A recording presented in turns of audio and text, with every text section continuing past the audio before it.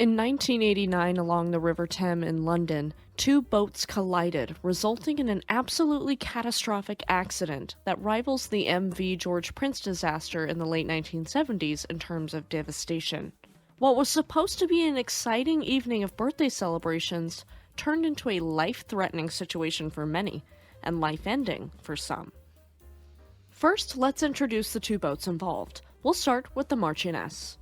The pleasure boat Marchioness was built in 1923 by the Salter brothers of Oxford for Joseph Mears, a businessman whose interests included running pleasure launches on the River Thames. She spent the majority of her lifespan on the Thames, including during World War II, when she was requisitioned by the Thames Hospital Emergency Service and when she was stationed in Dagenham. She also aided in the 1940 Dunkirk evacuation. She was sold in 1945 to Thames Launches when Mears's company was wound up. She was purchased by Tidal Cruises Limited in 1978, and the upper works were rebuilt to form an upper and lower saloon. The new upper saloon obstructed the vision from the wheelhouse, and there was a lack of easily accessible emergency exits, particularly from the lower decks. Marchioness had 7 life rafts, each of which could support 20 people, and 7 life buoys, each of which could support 2 people. She was licensed to carry 165 passengers. From the early 1970s, there was an increase in the number of boats for evening or nighttime parties and discos, and Marchioness was a part of this unique market. On the night of the disaster, there were 4 crew aboard: 29-year-old skipper Stephen Faldo, 21-year-old mate Andrew McGowan, and 2 bar staff. Top Bar Enterprises, employer of the 2 bar staff, was owned by Faldo and McGowan. At the time of the disaster, Faldo had forgotten to renew his river license, so he was technically not supposed to be her skipper for that night. The young McGowan had only been licensed as an apprentice for a year by the time of the disaster. Next, we look at the second boat involved, the aggregate dredger Bowbelle. She was launched in 1964 by the Alyssa Shipbuilding Company of Troon, Scotland. She was one of 6 bow ships owned by East Coast Aggregates Limited, and they were managed by South Coast Shipping Company Limited. ECA was part of the larger RMC Group, a concrete products company. An aggregate company, for those unfamiliar, extracts, processes, and sells bulk construction materials, primarily crushed stone, sand, and gravel, used to build infrastructure like roads, bridges, and buildings. These firms operate quarries and pits, supplying essential inert materials that make up roughly 80 to 94% of asphalt and concrete. Bowbelle had a crew of 9, her captain, 2 mates, 3 engineers, 2 able seamen, and a cook. The ship's captain was 31-year-old Douglas Henderson, and he became the boat's skipper in May of 1989. At the time of the collision, Bowbelle was in ballast, having discharged her aggregate cargo, and was trimmed down at the stern. This, along with the dredging equipment, limited the forward vision from the bridge. On August 19, 1989, Henderson visited several pubs over a period of 3.5 hours and drank 6 pints of lager.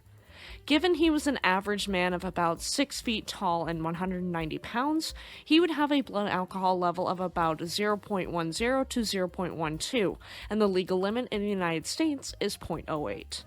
He returned to the ship after his evening of debauchery at about 6 p.m. for food and a catnap. One of the ship's crew, acting as the forward lookout that evening, had been with Henderson and drank 7 pints over that period. That means, given his dimensions are about the same at 6 feet tall and 190 pounds, his blood alcohol level would be around 0.14 to 0.16, double the legal limit in the US. Marchioness was hired for a party for the night of the 19th to the 20th of August 1989. The party was organized by a photographer, Jonathan Fang, to celebrate the 26th birthday of his friend, business partner in the photographic agency and merchant banker, Antonio de Vasconcelos. Fang paid £695 to hire the boat from 1 a.m. to 6 a.m., with extra for the hire of the disco, food, and drinks.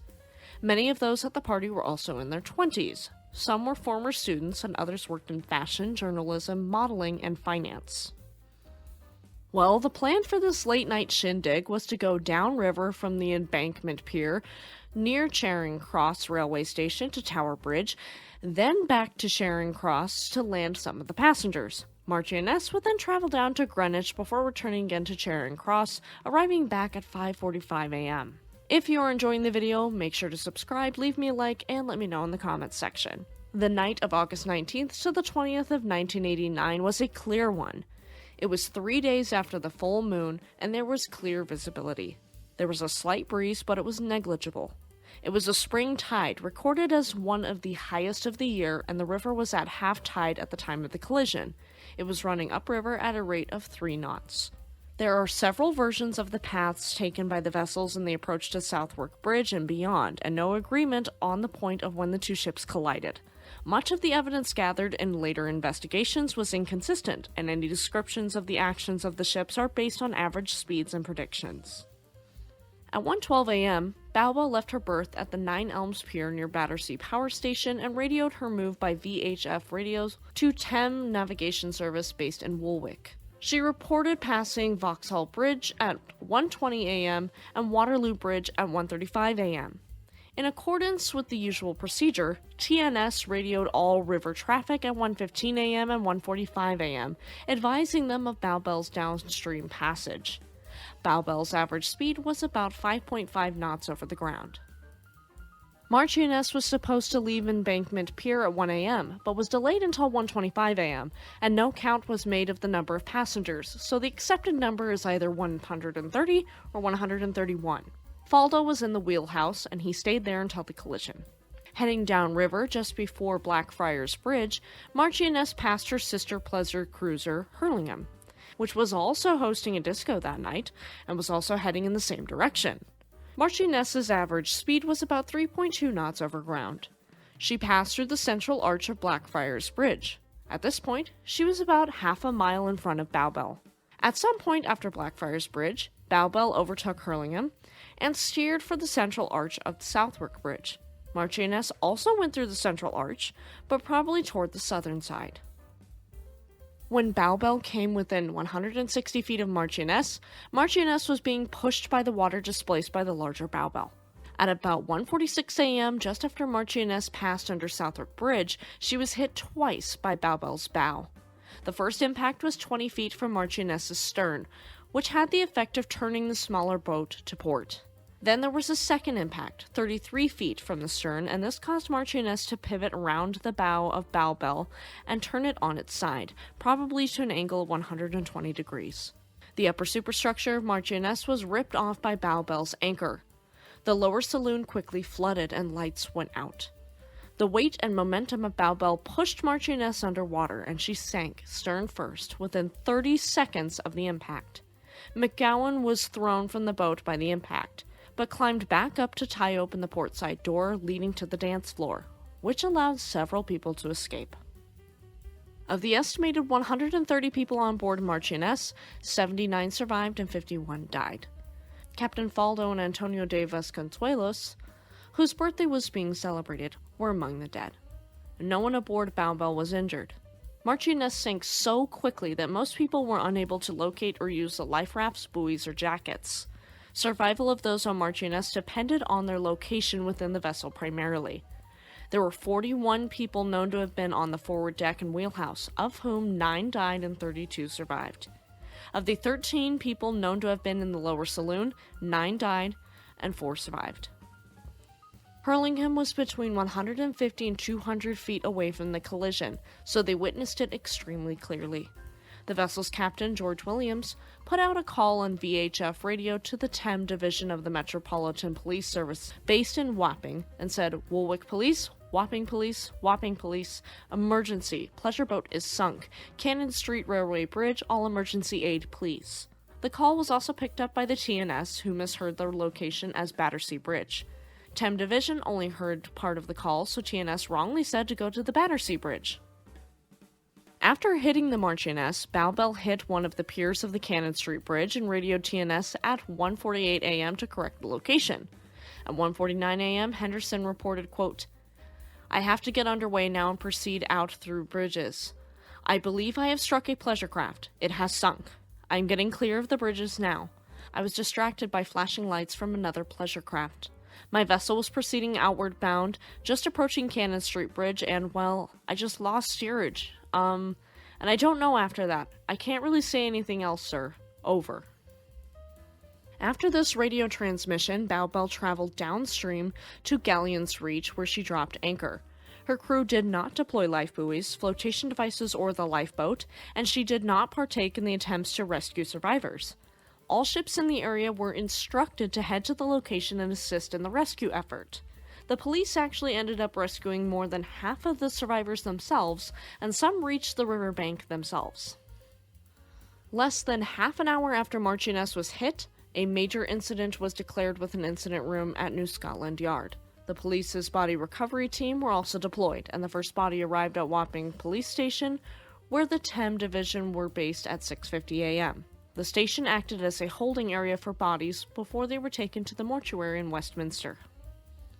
A Port of London hydrographic surveyor located the wreckage of Marchioness and, during the late afternoon of August 20th, worked to begin raising the vessel. The bodies of 24 partygoers were found aboard, 12 of them in the lower saloon.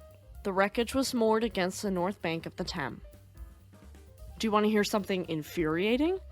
While the lifting operation was progressing, police arrested and interviewed Henderson and Kenneth Noble, Bowbelle's second mate, who was at the wheel for the collision. Both men were breathalyzed, hours later, mind you, and the police announced that alcohol was not a cause of the collision. I'm calling bullshit on that one, my friends. Thank you so much to our amazing YouTube members and patrons. If you'd like to have some awesome perks like episodes a full day in advance, join our YouTube memberships today. The next day, the coroner for the city of Westminster opened and adjourned the inquest into the deaths. In the days after the collision, bodies were still being found and recovered from the water. To help with the identification process, several methods were employed, like dental records, identification of personal items, and fingerprints. With bodies which were not recovered from the Marchioness, and which would be likely to surface only when putrefaction and bloating meant that they would float, the following would apply. Firstly, visual identification would be unreliable, perhaps impossible, and cause distress for relatives, so that it should not be used. And secondly, in circumstances where it was impossible to take adequate fingerprints from the bodies without removing the hands of those bodies to the fingerprint lab, those hands would be removed. During the post-mortem exams, 25 pairs of hands were removed. No written records were kept of the removal. No guidelines were issued over which hands should be removed, and no individual was given responsibility for making this decision. Though this is bizarre and grotesque, thankfully, most of the bodies were identified through other means. On August 24th, Marchioness was taken from her mooring near Southwark Bridge and towed downstream to Greenwich, where she was broken up. It would take a ridiculously long time before any solid inquest into the sinking would find the circumstances of what happened. Both captains, the owners and managers of both vessels, and the Department of Transport were all to blame. And finally, at this point, alcohol was found to have played a major factor in the collision. No one single action was found to be the single cause of the collision, so charges really couldn't be brought about.